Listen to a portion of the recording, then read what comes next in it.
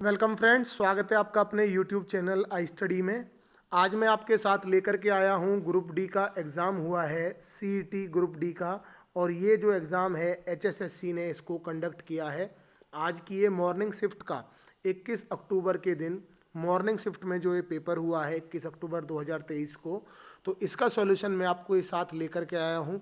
इसकी आंसर की मैं अब आपके साथ डिस्कस करने वाला हूँ। तो आइए शुरू करते हैं।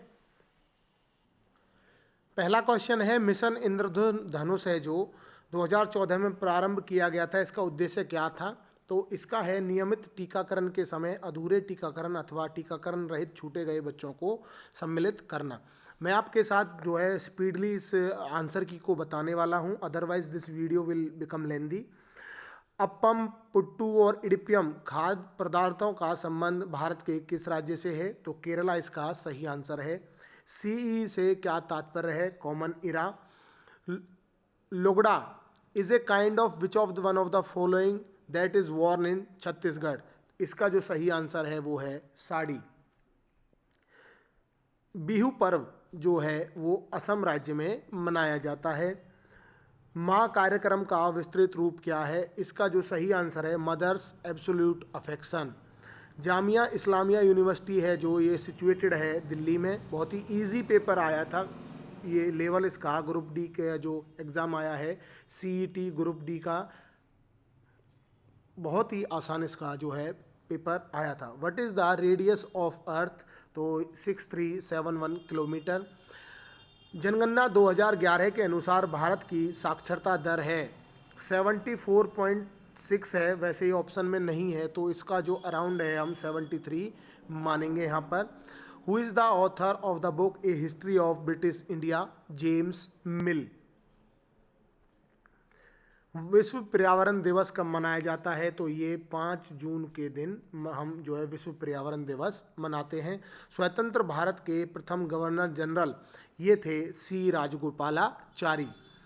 13वां क्वेश्चन है, the earth is surrounded by a layer of gas is called atmosphere.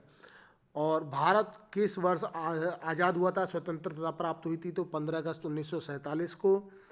निम्न में से कौन सा कार्यक्रम सभी सरकारी प्राथमिक विद्यालयों में शुरू किया गया जिसके अंतर्गत बच्चों को पका हुआ भोजन प्रदान किया जाता है?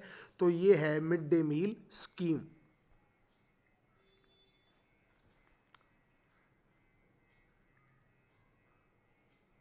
विच of the following is not a स्थलीय प्राकृतिक वास नहीं है?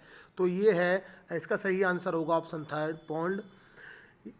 If a person's kidney stops working, then he cannot survive unless their blood is filtered by artificial kidney. This is process is called dialysis.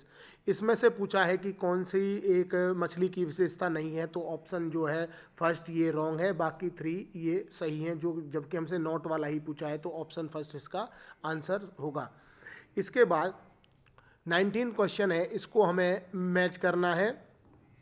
तो इसका जो सही आंसर होगा वो होगा ऑप्शन थर्ड। ए का थर्ड हो जाएगा, लेमिना लीफ, और पेटल फ्लावर का हिस्सा हो जाएगा, और पिस्टल ओवरी, पिस्टिल और क्रीपर वीक स्टेम। इसके बाद है 20वां क्वेश्चन है, yeast is used in the production of alcohol. Deficiency of बेरी जो है ये विटामिन B1, बेरी इसको ऐसे याद कर लो, डबल बी बेरी और ये B1 से होता है। इसके बाद देखिए जो 22वां क्वेश्चन है, इसको हमें मैच करना है। तो इसका जो सही आंसर होगा वो होगा ऑप्शन सेकंड। आप मैच करके देख लीजिए, मैं इसको स्पीडली आपको कवर करवा रहा हूँ। हेपेटाइटिस ए बीमारी का कारण है वायरस, ऑप्शन 4। ये कुछ क्वेश्चन है आपके रीजनिंग के आए थे, तो इसका जो सही आंसर, जो कुछ मैंने सॉल्व कर लिए हैं, बाकी मैंने अभी सॉल्व नहीं किए हैं, I will upload them later. तो इसका जो सही आंसर होगा ऑप्शन 1 होगा। इसके बाद जो है 25वां क्वेश्चन है, इसका पहला होगा, और no medium is required for transfer of heat by the process of is called radiation. 27वें क्वेश्चन का dash and dash are water borne diseases, तो स्कर्वी एंड कॉलेरा। अर्थवर्म्स भूकृमि जो है अपने किनसे सांस लेते हैं, तो option second skin. The property of metals by which they can beaten into thin sheets is called, इसका जो सही आंसर है वो है malleability, option second. SI unit of mass is kilogram. Odd one out पूछा है तो आप देख सकते हैं कि ये पोटैटो है और जिंजर और कैरेट ये ज़मीन के नीचे होते हैं, जबकि टमाटो ऊपर होता है, तो ये ऑड वन आउट में हो जाएगा। इसका सही आंसर है ऑप्शन 4। जिस प्रकार किलोमीटर का संबंध दूरी से है, उसी प्रकार न्यूटन का संबंध है फोर्स से। इसके अलावा कुछ क्वेश्चन ये मैथ से और रीजनिंग से आए थे, तो मैंने सॉल्व नहीं किए हैं, हालांकि आप इनको खुद से सॉल्व करें, क्योंकि मैं आपके साथ अगर शेयर करूंगा तो ये वीडियो बहुत लंबा हो जाएगा। तो उम्मीद करता हूं कि आप ये खुद से सॉल्व इनको कर लेंगे। इसके अलावा जो और क्वेश्चन पूछे गए थे वो उनके आंसर मैं आपको बताने वाला हूं, और जिसको भी पेपर की PDF चाहिए वो डिस्क्रिप्शन बॉक्स से पेपर को डाउनलोड कर सकता है। तो अगला क्वेश्चन है, अब कुछ क्वेश्चन आए थे इंग्लिश से, तो ह्यूमरस की स्पेलिंग ये होती है option A, option second,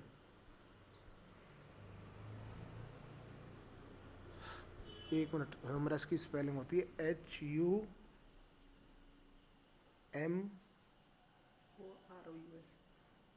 HUMOROUS, option 4।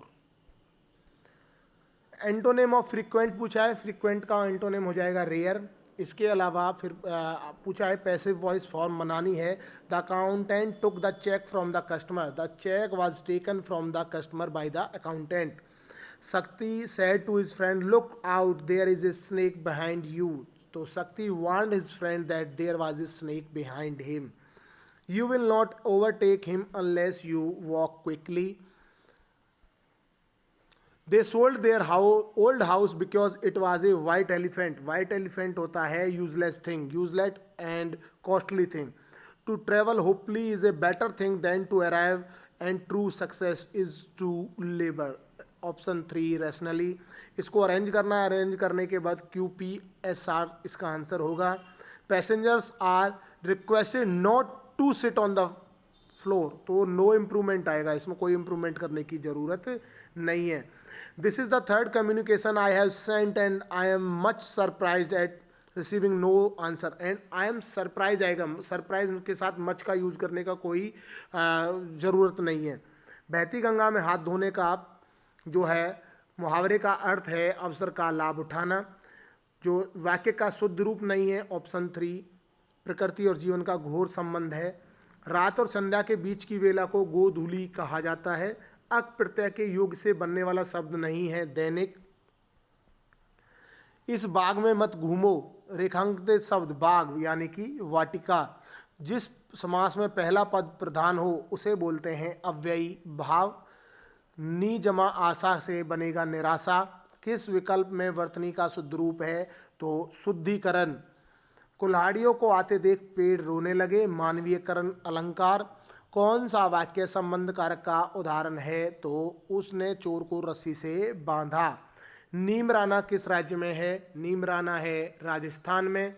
Haryana के प्रमुख कपास उत्पादक जिलों में से एक नहीं है, तो इसका जो सही आंसर होगा वो होगा अंबाला। किस वित्त वर्ष 2022-23 के लिए हरियाणा राज्य में स्वास्थ्य के लिए कुल व्यय का कितना प्रतिशत आवंटन किया गया है, तो आप इसको थोड़ा डाउटफुल केस में अभी रखें। हरियाणा में जो जिले हैं वो हैं 22। पिंजौर की प्राचीन विरासत को बढ़ावा देने के लिए प्रतिवर्ष 2 महोत्सव मनाए जाते हैं, पिंजौर विरासत महोत्सव और दूसरा महोत्सव है आम महोत्सव।